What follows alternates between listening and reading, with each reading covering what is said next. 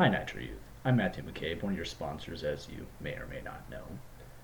And the passage that I've chosen for your devotion this week, 2 Timothy 2, verses 3 and 4. Let's take a look at it real quick. Share in suffering as a good soldier of Christ Jesus. No one serving as a soldier gets entangled in the concerns of civilian life. He seeks to please the commanding officer. Let that sit for a little bit. Okay, let's break it down. It's a devotional anyways. So, let's look at verse 4. No one serving as a soldier gets entangled in the concerns of civilian life. What does that even mean? What are concerns of civilian life? Well, let's look at it. What are some concerns nowadays? Right now, during the COVID-19 pandemic that we're undergoing and everyone's under quarantine, well, there's some concerns about toilet paper right now. There's some concerns about jobs, the economy. There's some concerns even for you guys. Students, it's, oh no, I'm a senior. I don't get to walk the stage. I mean, schools are closed until next year. It's a concern. It's very much a concern. But it's also a worldly concern. I'm not saying they're not valid, but they are worldly concerns. As a soldier, would he be worrying about not graduating right now?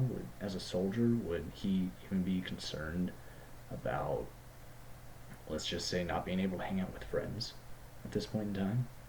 No, a soldier wouldn't be concerned about that. A soldier would be concerned right now about where his focus and attention should be. It should be focused where the battle is, where the enemy is, so that, he can live. So, just real quick right now, me and you. That's right.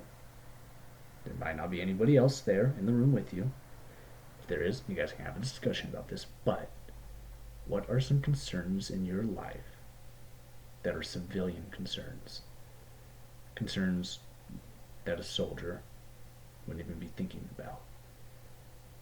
Pause the video if you want, discuss it. If not, let's go on.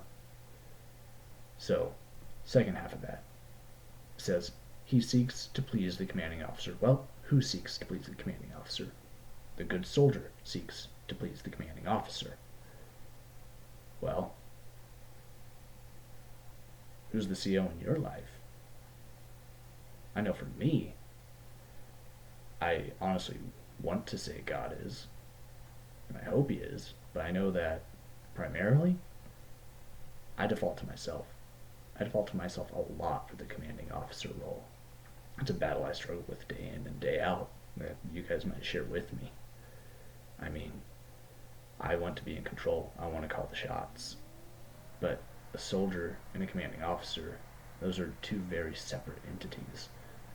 A soldier is the one front lines executing certain, battle formations, executing drills, tactics, all that stuff. The commanding officer is the one who's implementing those drills and tactics, saying, hey, I know the battle strategy. You as a soldier, I'm going to give you the command and you do it. So the commanding officer has this authoritative role that's inevitably going to be using the tactics and stuff to save the soldier and get the soldier through efficiently. Now, whenever I'm both the soldier and the CO, do I know the best battle tactic? Do I know the best battle strategy to go through this world? No. I'm only 23 years old as of last Friday, and I still have no clue how to properly be an adult. I honestly don't think certain 30-year-olds do either. I don't think hardly anyone, no one in this world really has it figured out. Nobody. But there is one person the CEO us as Christians should have. There's God. He's got it figured out. He created this. So why don't we try to please him? Now, what are things that are pleasing to God? It poses that question. Well, there's two things. One of them, faith. Faith honestly pleases God. You can look it up. Hebrews 11, you got Romans 5, and you got James, where James talks about faith without works is dead. but that doesn't mean that you're supposed to have the works-based faith. There's a complete distinction there. Not going into that, though. And then the second one's obedience. I'm going to hit on obedience real quick. So obedience, what do you think that is? Is it just following the rules? Well, yeah. It's straight up what it is. It's following the rules. I mean, there's a lot of rules and laws that Christians should do. There's like unity in the church that we should be maintaining, which is very hard in this time. There's, prayer, a certain way to pray. Well, certain way. There's a certain structure to pray that we have. There's certain like restrictions and stuff like sex before marriage. That's off limits, or something we should be obeying. I mean, stuff like that.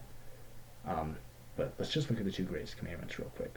So the greatest commandment of all time: love the Lord your God with all your heart, soul, mind, and strength.